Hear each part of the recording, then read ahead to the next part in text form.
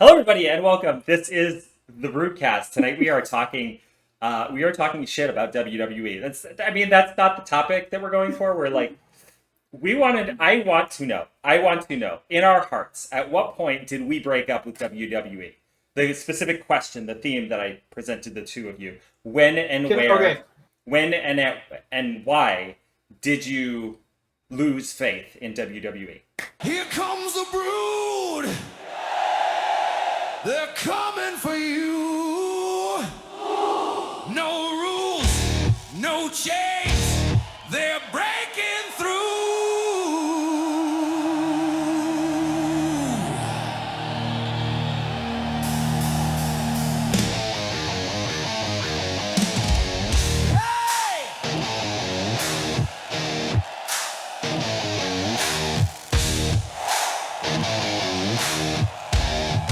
WWE tickets aren't so. Pause.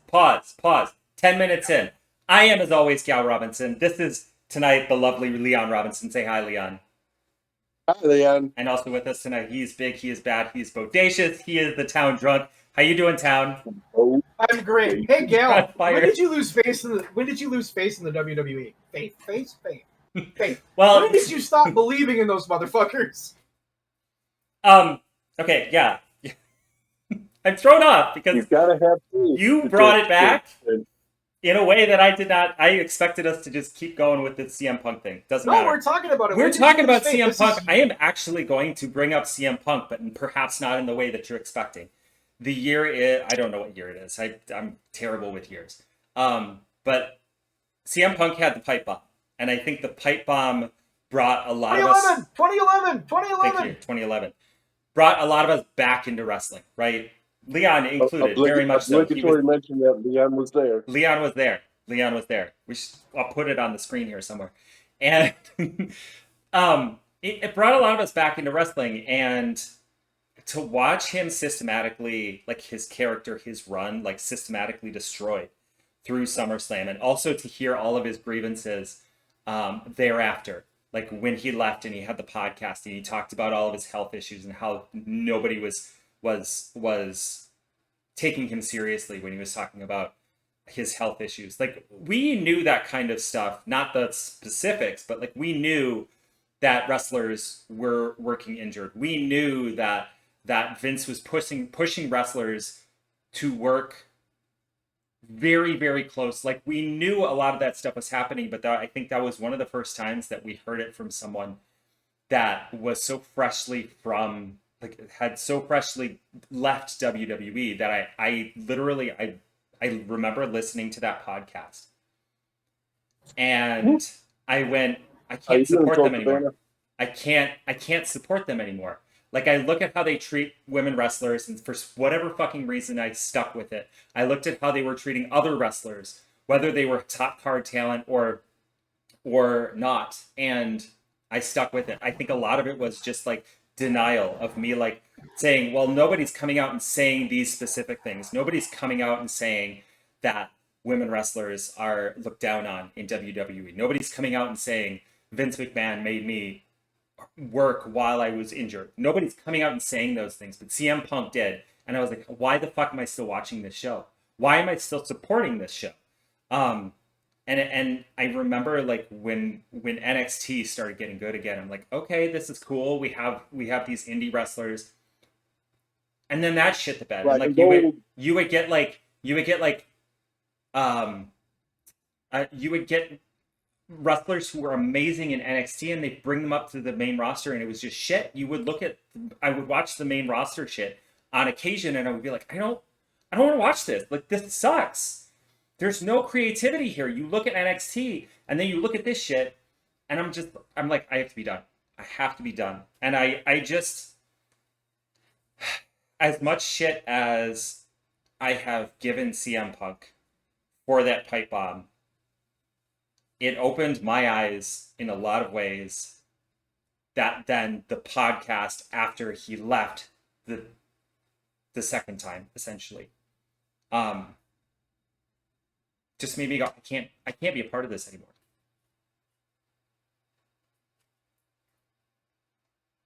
I think it was at that point that I started getting more into like No, that's not true. I just stopped watching wrestling, which was really sad. I would pick up like NJPW on occasion, or like the odd like ROH DVD. I would grab it and be like an old one and be like, oh, this is kind of cool. But I stopped watching because it was so sad to see that like this product that I watched in much the same way that Town and Leon have both talked about, like every Monday night.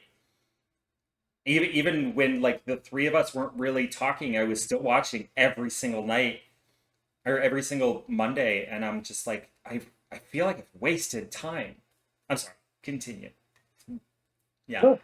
Yeah, there was a point in the middle there where like I was spending almost as much time. I had like our DVR recording. I forget what station it was on that had the American broadcast of NJPW stuff. Hmm. Like I'd spend almost as much time watching that stuff at that point and then I'd go slog through Raw and SmackDown, and it was just a habit. Like Yeah. it wasn't really enjoyed much. Like every once in a while there'd be the odd moment or an odd match that I'd be like, fuck yeah, that was actually really good. But for the most part, it was just habit and wasn't really that invested. But I was just there. I remember like going into on a regular basis. I would go for a while anyway. I would go into like I wouldn't watch, but I would want to know what was happening. So I would like go into WWE.com and like read their results or wherever it was. Like WWE.com hasn't done results historically, so I would go on like I don't know PW Insider or wherever the fuck I got the information from. Mhm. Any of the news aggregators. Hmm. I hope that they're getting. I really sincerely hope that WWE treats their talent better. It seems like they do. I feel like I could be wrong, but I feel like CM Punk wouldn't have gone back if they didn't treat their talent at least a little bit better. I know. You are probably just yeah. Well, I mean, in That that is a respect, fair and that is just a fair just it being more, just it being more of a big corporate operation and everything, like they're yeah, it's no longer the mom and pop that his way or the highway type thing, right. but it's like the product itself is just so. But that Yeah. Yeah. town, when did you Yes. lose faith? Oh, I hope you guys are ready for a fucking story because you're about to get one. Okay. Let's do this. Because I was there for that one gal, and I was really disappointed that I didn't lose faith. Um, I remember watching wrestling when I was 3 years old, sitting with my grandfather watching like Andre the Giant and somebody and like whatever. And I think the golden age really peaked in 1989 with the Mega Powers. And then after that, we dipped a little. WrestleMania 6 wasn't as good. WrestleMania 7 was way worse. 8, 9 was the worst. Just awful. And they went down. The new generation. And then, we went to 1993 to 1995, and the new generation that Leon's talking about. I was there and I watched every single Monday Night Raw from like when it started until probably 2005 or 6. I watched every Monday Night Raw. It was what I did. But watching the new generation, watching the push of Mabel from a stupid, goofy tag team wrestler to the top heel in the company in a matter of a month was bad. And then I was like, oh, why do I watch this? But I was, 10, so I said, fuck it. And then we got the Attitude Era, which was awesome, right? Hmm. Okay. And then the Attitude Era turned into Ruthless Aggression, and then I lived through the Mabel thing, and that wasn't good. That was definitely a valley or way down there. And then just fucking awful. Like I have fucking PTSD about that. It was so bad. And then the British Bulldog randomly went. Oh, it was so fucking bad.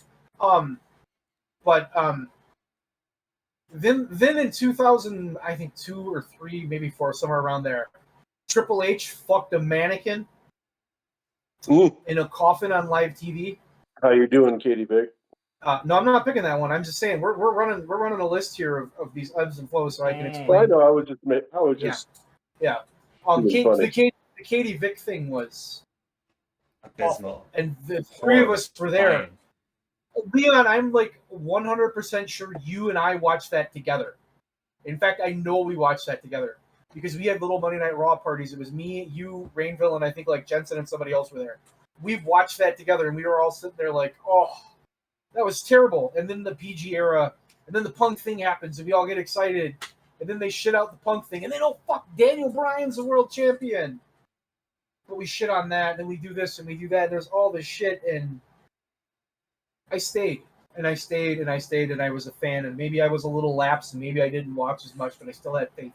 Because to me, every time we had a valley, we came out of there and we had a peak. And WWE has done some good shit. But my answer to this question is when TKO bought the company after about 3 months in. And that company went from a company that I believed in could possibly turn it around to this corporate shilly bullshit. We're gonna have more commercials than wrestling. This product sucks, right? But that's also not like the moment where I'm like, oh, Advertisements all over the mats. yeah. So that's huge. The other part of it is when they got so far in fucking bed with Donald Trump, and they brought that onto the TV, and they brought those politics onto the TV, and that was it. That was it. Because I'm like, you're TKO. You're just gonna fuck over the fans.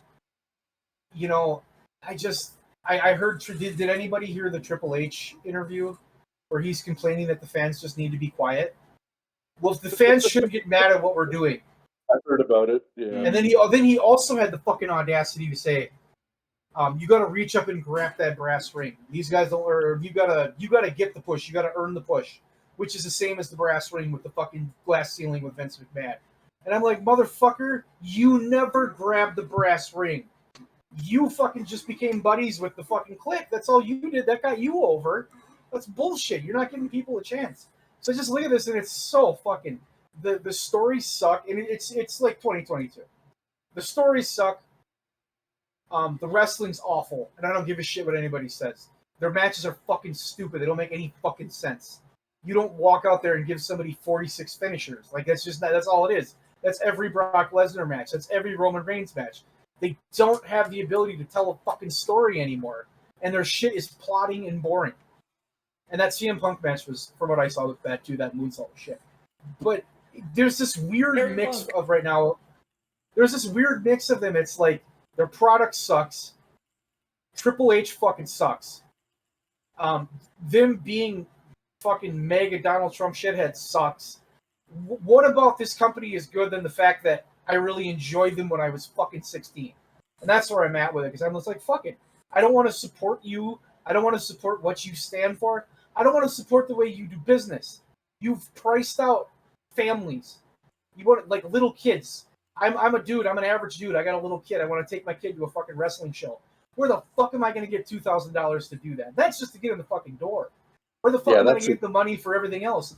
They are the greediest. Like for all of his faults, and they are many, and they are very, and that list is long. The one thing that did right was he kept it so families could actually show up. They're just greedy. Like I mean, they're greedy. They're end game fucking. They're end game fucking capitalism. They're end game fucking capitalism. That's what they're doing right now. We're gonna charge you. We're gonna get you for every little fucking thing we can get you. And fucking TKO and WWE and UFC are right in there. And I'm just like, I'm done with you. I don't want anything to do with you. I will talk about you. I will remember the past, but I am not watching you anymore. I don't have faith in you. I don't believe in you. I don't consider myself a fan of anything WWE that's modern. The second the E went away, I'm not a fan anymore. You want to talk WWF? Let's do it. Different thing. So I mean, that's where I'm at with it. It's just they're so shitty. They're just shitty on every level. And their product sucks, and they don't know how to push people. I mean, this is turning into an epic town rant, but I don't give a fuck. How long are we gonna do the fucking Roman Reigns shit? How long are we gonna do that same fucking storyline? They're doing the same fucking storyline they did for 5 fucking years. Does Triple H have an original idea? But it's He just fucking doesn't. But it's a new bloodline. It's not, but like it's new. They didn't. It's Bloodline Wars. it went away and now it's coming back. So now it's a new bloodline. See, But I always had faith that this company. Like new Coke. I was always worse. yes, I always believed in them, and I always thought like, okay, yeah, they'll be fine. This time I'm just like, I don't want you to be fine. I just want you to go away. I don't care that you're partnered with ESPN. I don't care about any of it. I don't care. I want to watch wrestling. I don't want to watch commercials. I don't want to have somebody peddling shit to me and then giving me subpar wrestling matches and even worse storylines. So they 2022 is my answer, but I just went on a rant. No, that's fair. And the one thing that came to mind as you were saying that is that like the only reason that I have any interest, any modicum of interest in WWE is the wrestlers who are there. Because there are so many wrestlers who are there who I would love to see literally anywhere else. Like they do not need to come to AEW. If Johnny Gargano leaves and goes and works MLP, is that what it's called? Maple Leaf. MLW. Thank you. Or MLW. Like Maple Leaf Pro or MLW or TN. I don't give a fuck. Like I want to see these guys have actual wrestling matches. Like Johnny Gargano is doing that stupid thing now where he's just like laying on things. Like that's his bit.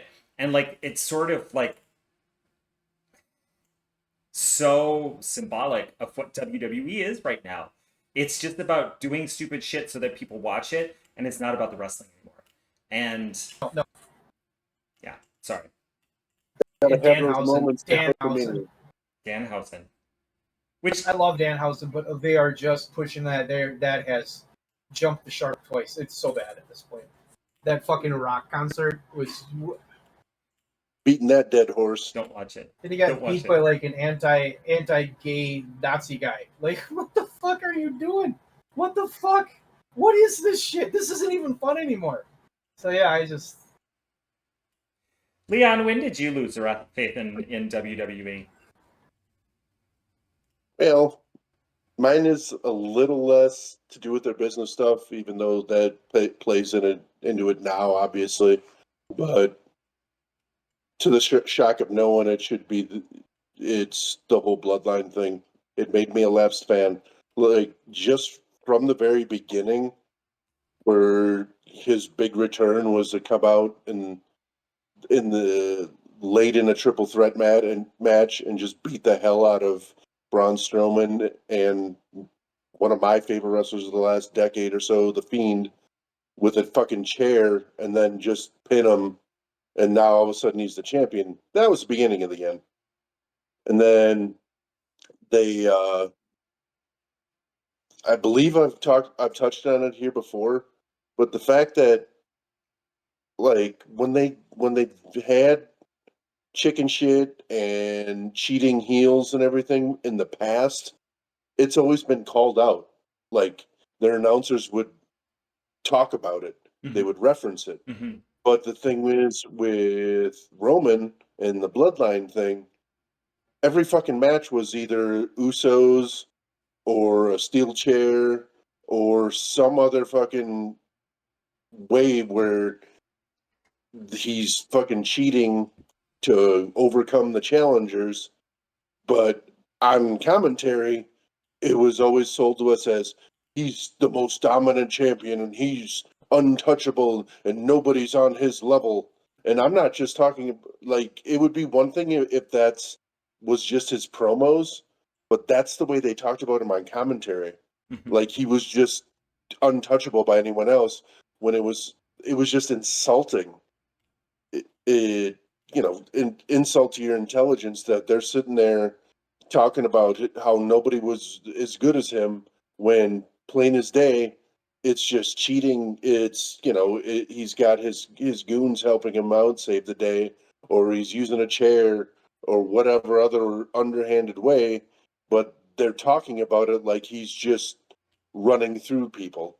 And that fucking drove me insane. I hated that so much. That was what brought me into the whole Laps fan shit. And then the end of the end of the end thing there was it should, and I have mentioned it on here before, it should have been Sammy to fucking end it in Montreal, even if it was only for a month or whatever. Mm-hmm. It was too fucking white hot. They should have pulled the trigger there. And then fucking it should have been Cody right after that. Even if they don't pull the trigger on Sammy, it should have been Cody. And then they just beat that dead horse for a whole nother fucking year, Mm-hmm. saying this was the plan all along. Like, bullshit, it was the plan all along. Yeah. You fucking people shat all over your booking, and you decided, okay, we're gonna throw you a bone. And then when they bring out every star of the last 25 fucking years for that last match, people are like, oh my god, we should believe. Like, they put that shit together in the last month. They couldn't even get who they wanted to for it because they fucking lowballed Stone Cold. Like, for fuck's sake. That is a very good point. That is a very good point. Holy fuck. Thank God for Stone Cold that he said, no, fuck that. I don't know.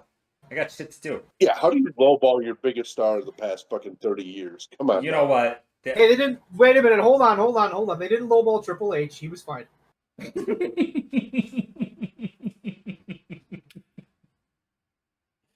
Ding. Did you get it? Because that's what they fucking think. I think it is. That motherfucker's ego is also completely out of control. He's all over that show and all over everything they do. He's in everything. Like he's like Eric Bischoff in 1995. Which is funny because he can't even do physicality anymore. Yeah, but he's everywhere. Like he's just fucking everywhere I go. I see Triple H talking about it. They got those behind the scenes shows where it's like, you want to see how you get these shitty shows with this awful fucking writing? Here's the writers' room. Look at this shit. I can't count the number of it's so times fucking bad. on like this on the wrestling subreddit where I just want to like, see a show with them putting. I just want to see a show with them putting AI prompts in to write the shows for them and the storylines.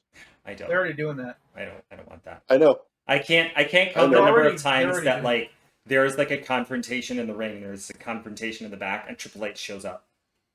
Just for no fucking reason. I like there's that I think I've shared it with He's y'all. got respect. He's got everybody's respect. Like he's the baddest motherfucker in the room, but he can't do any physicality. But it's like,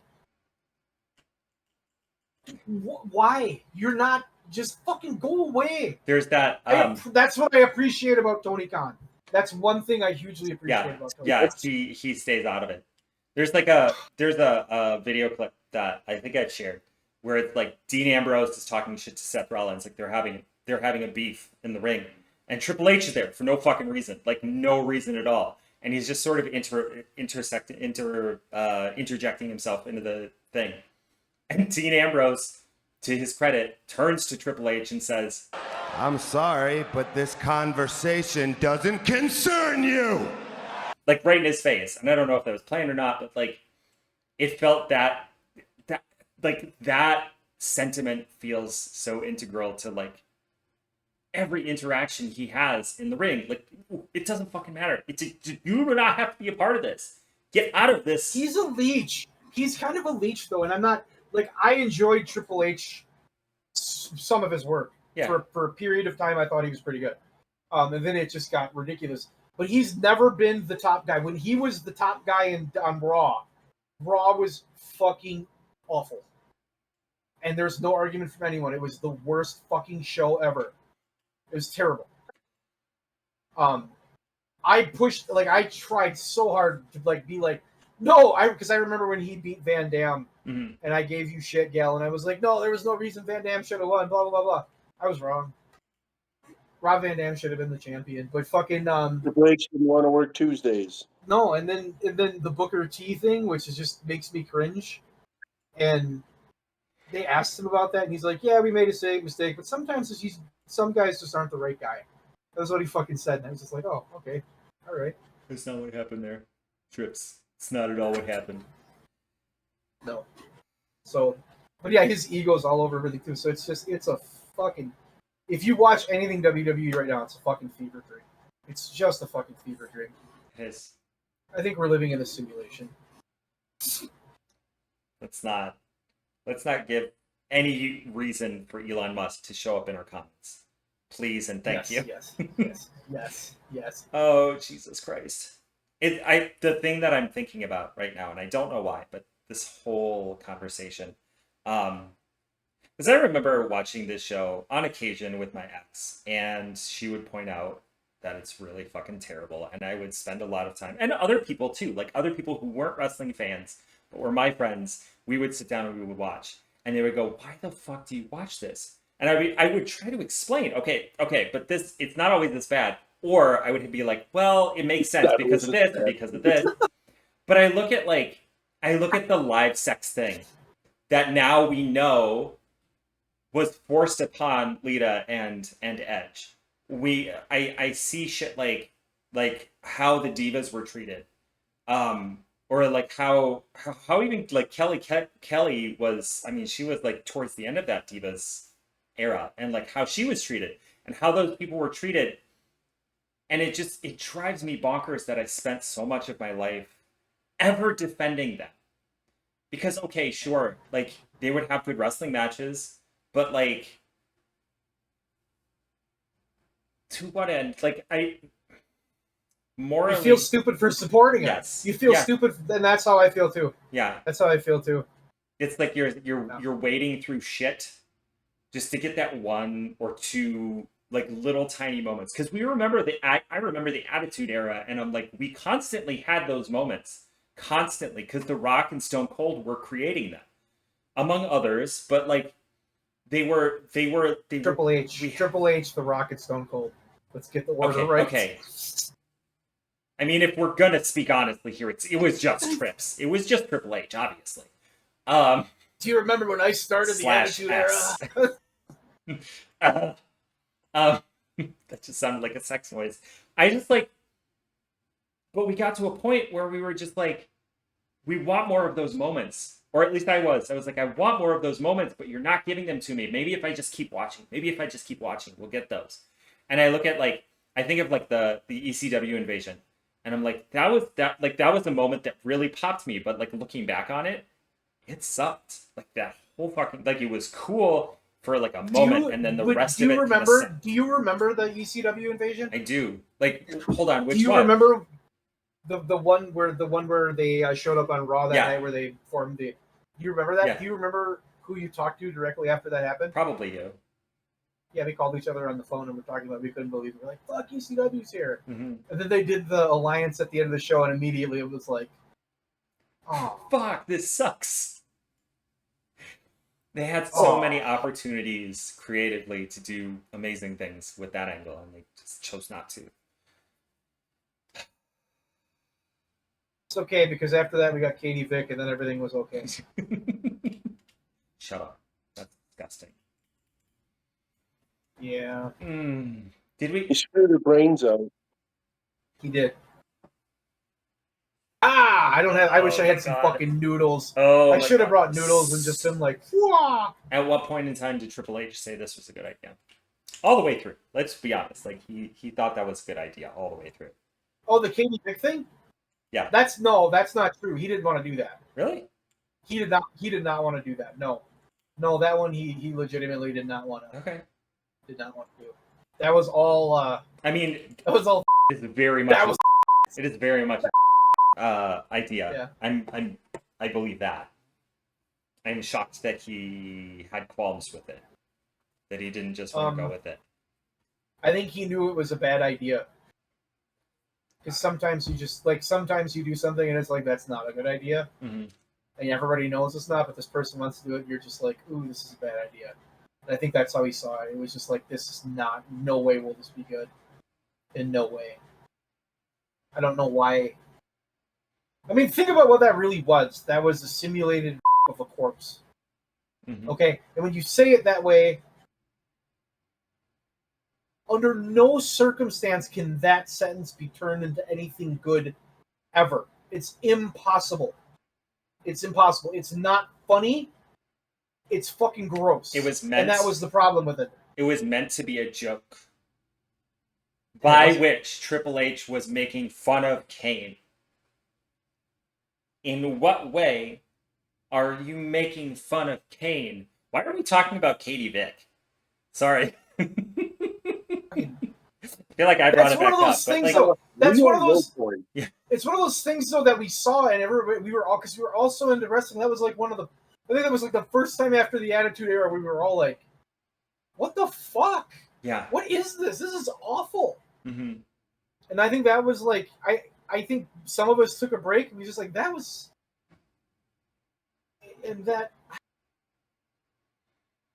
It's amazing to me that in reality they have not come back in a big way since the Attitude Era.